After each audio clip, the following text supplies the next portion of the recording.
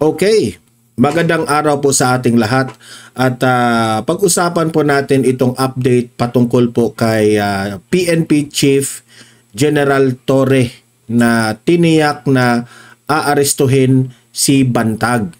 Kasi pagkatapos ng itinalaga siya bilang Chief PNP ni Bongbong Marcos, di ba reward, marami ang nagsasabi na reward ito kay Bongbong Marcos kay Torre.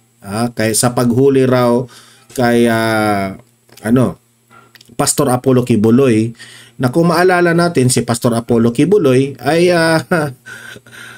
nag-surrender yun, di ba? Tapos si former President Duterte, hinuli nila, inaresto nila, sabi ng iba illegally, at nandun ngayon sa ICC. Ngayon naman, kung maalala natin, last week lang, si Teves ay nakauwi na sa Pilipinas. At siya po ay kasalukuyang na-detain ngayon sa mga limpak-limpak na kaso, di ba? So ngayon naman, si Torre, si Torre is most wanted rin. So, tingnan natin kung ano ang masasabi dito ni Torre patungkol kay Bantag.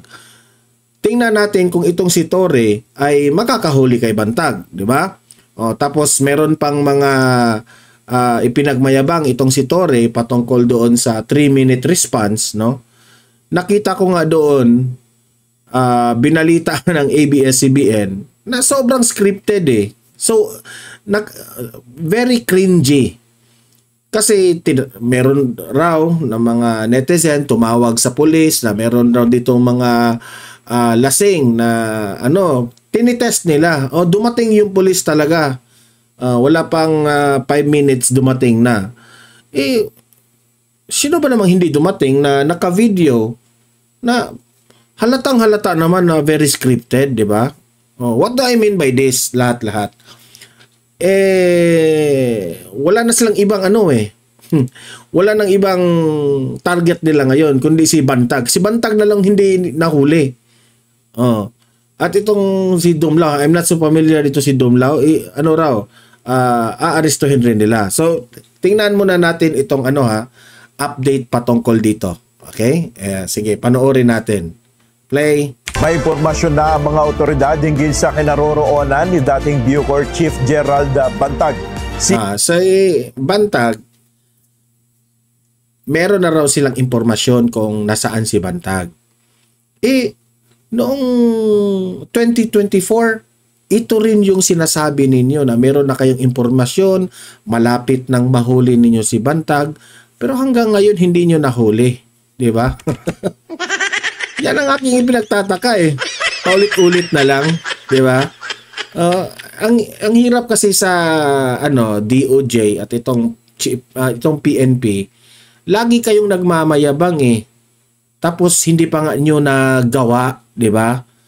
So parang hindi masyadong hindi kagaya ba nung panahon ni Senator Chief PNP Bato de la Rosa, tahimik lang sila. Ang media na ang nagbabalita kung ano ang mga ginagawa at nangyayari. And it's very so effective. Di ba? Bantag ay pinaghahanap ng korte mula pa noong 2023 dahil sa aligasyon na siya ang mastermind sa pagpatay sa broadcaster. Di ba? Pinagbibintangan nila si Bantag dito na wala naman silang konkretong evidence. Sa akin ito this is my own opinion. Wala naman silang concrete evidence na maglilink doon kay Bantag, di ba? Si Percy Lapid, tiniyak ni PNP Chief Police General Nicolas Torre III na puspusan na ang kanilang intel operation. Puspusan na lang intel operation. Torre, no? Tingnan na natin kasi syempre ito yung unang unang buwan ng pagiging Chief PNP. So, siyempre, magpapakita yan na magaling, di ba? Sige, tingnan lang natin, Torre. Hindi ka na muna namin i-judge, pero isipin mo hanggang ngayon, ang dami pa ring taong nagagalit sa'yo. Para madakit ito Bukod kay Bantag, tinututukan din ng Philippine National Police ang paghuli sa iba pang high-profile fugitives gaya ni na former spokesperson Harry Roque at dating yung kay Harry Roque, gusto rin nilang arestuhin si Harry Roque. Sinabi na nga ni Attorney Harry Roque na hindi siya pwedeng arestuhin kasi po ongoing yung process ng kanyang asylum. Ang hirap ng gobyerno natin, itong administrasyon na ito, hindi marunong makinig ng proseso, hindi marunong makinig ng kung ano yung nakasaad sa batas. Doon sa dahig, meron din silang sarili nilang batas, respetuhin natin yun, di ba? Lieutenant Colonel Rafael Dumlao. Giit ni Torre, handa silang gumamit ng puwersa kung kakailanganin. Mahilig ka naman sa puwersa Torre, mahilig ka dyan. Yan nga, ang comment ko lang kay Torre, kapag high profile yung huhulihin nila, like ni Duterte, ni sino ba yun? Si Pastor Apollo Kibuloy, ang daming pulis pinadideploy. Sobrang dami. Pero kung ang problema ng droga, tumataas na krimen, baliwala lang sa inyo. Natutulog lang yung mga pulis. Diyan kayo sablay Torre this is for now. Ang comment ko sa'yo, magaling ka lang sa paghuli ng kaaway nyo sa politika. Especially kaaway sa politika ng amo mong si Bongbong Marcos. Yan ang masasabi ko dyan para mahuli ang mga ito. Diba? So, yun lang po ang update natin dyan kay Torre. Ang sa akin lang dito, sana naman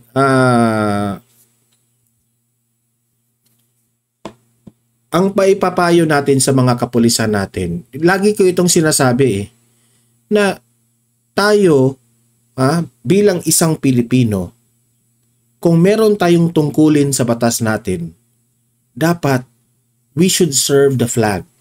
Okay? We should serve the Filipino people. Hindi po mga politicians ang ating isi-serve.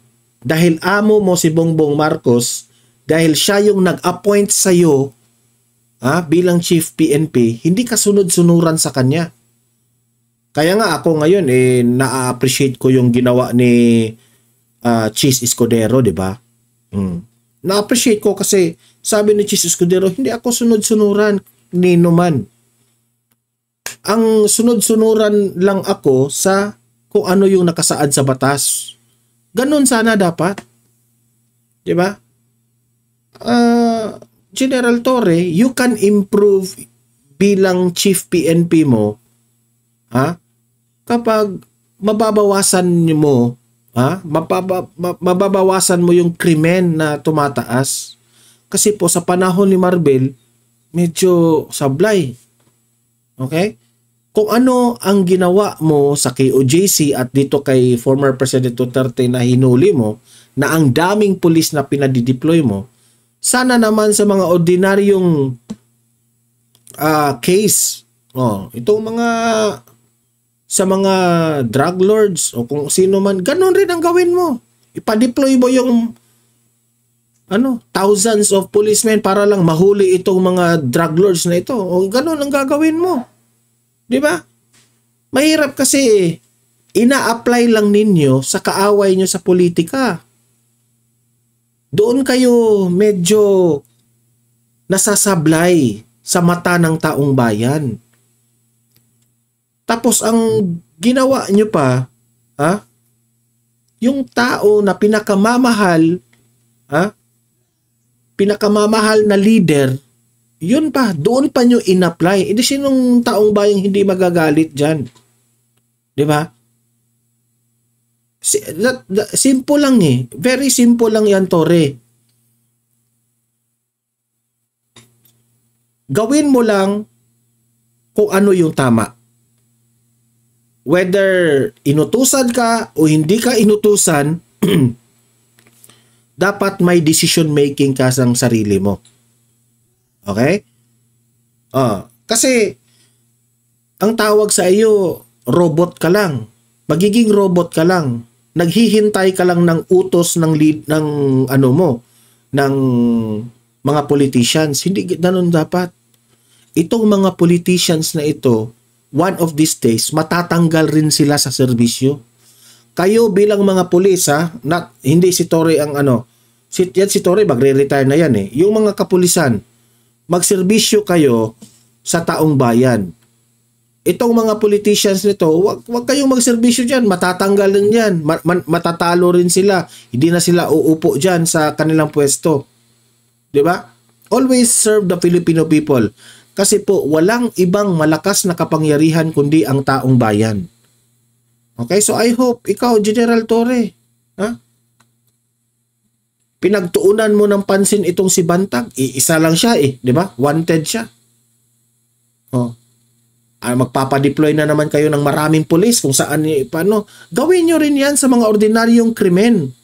Mga ordinaryong yung mga